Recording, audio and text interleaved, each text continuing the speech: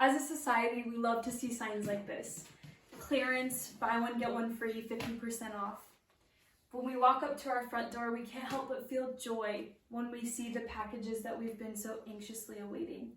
So happy and excited, in fact, that some of us like to share what we've bought with our family and our online supporters. However, little do we think about the consequences of our purchases. My name is Isabella Elmer, and today I will be addressing the issue with fast fashion. As someone who has owned a secondhand shop and as someone who has done extensive research on this topic, I hope to convince each and every one of you to completely end your relationship with fast fashion.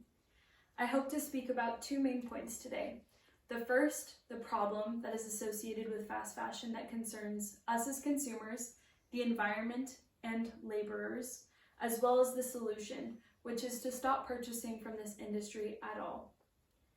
To begin, what is fast fashion? According to an article titled, "What is Fast Fashion and Why is it So Bad?" published by Routier in 2022, we learned that fast fashion is a design, manufacturing, and marketing method focused on rapidly producing low-quality clothing that replicate trends. Fast fashion is exactly this. It's the mass production of clothing in a little amount of time.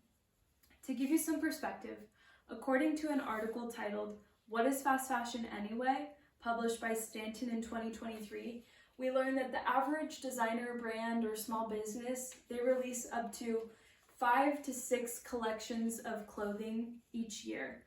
That's one new clothing line for every season, spring, summer, fall, and winter. However, in comparison, a fast fashion brand, they release up to 52 collections every year. That is insane. That is about one new collection of brand new clothing every week. The fast fashion industry promotes a cycle of trends that constantly are going in and out. On social media, we are always bombarded with try-on hauls and the latest and greatest thing. The fast fashion industry poisons our perspective as consumers for what is convenience and what is something that we need versus something that we just want.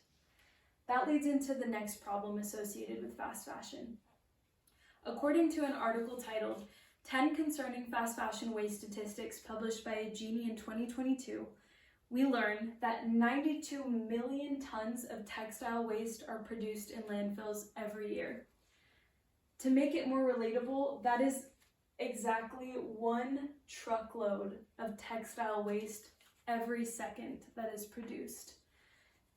This textile waste isn't just sitting around either. It does a lot of damage. This textile waste emits harmful chemicals such as CO2 and methane gas. These chemicals pollute our air, our land, and our water. It compromises our quality of life. The next time you think about the convenience of a price or an item, think about how your purchase is not convenient for the planet, how it is compromising the way we live. The next problem associated with the fast fashion industry involves laborers. The fast fashion industry outsources their manufacturing in locations where wages and working conditions are completely unregulated. In an article titled "The Exploitation of Garment Workers, Threading the Needle on Fast Fashion" published by Rosales in 2023, we learned that some laborers make up to $1.48 every hour. That is unlivable and unsustainable. Fast fashion industries are also able to keep their prices so low and dirt cheap because they participate in child labor. According to this chart, sourced by Vegan Peace, published by Kendra Harvey of Broadview, we learn that children work an average of 80 hours per week. Children belong in schools, not in sweatshops. When we purchase from the fast fashion industry, we are supporting these problems. That leads me to the solution. The solution to these problems is to stop buying from this industry at all, to turn to ethical alternatives. When we stop buying from fast fashion brands, we're able to escape this cycle of toxic consumerism. We are able to relieve a huge burden on our planet. We are also able to put pressure on the fast fashion industry and make them reassess the way that they process and manufacture their items. We do not want to support the exploitation of laborers and support child labor. Instead, we can go to alternate and ethical alternatives, such as thrifting, buying secondhand, and supporting small businesses. These alternatives are not only affordable, but accessible to all. For example, everything that I'm wearing today is secondhand. It's something that I'm very passionate about, and I know that everyone can partake in. In summary, the problem with fast fashion is grave.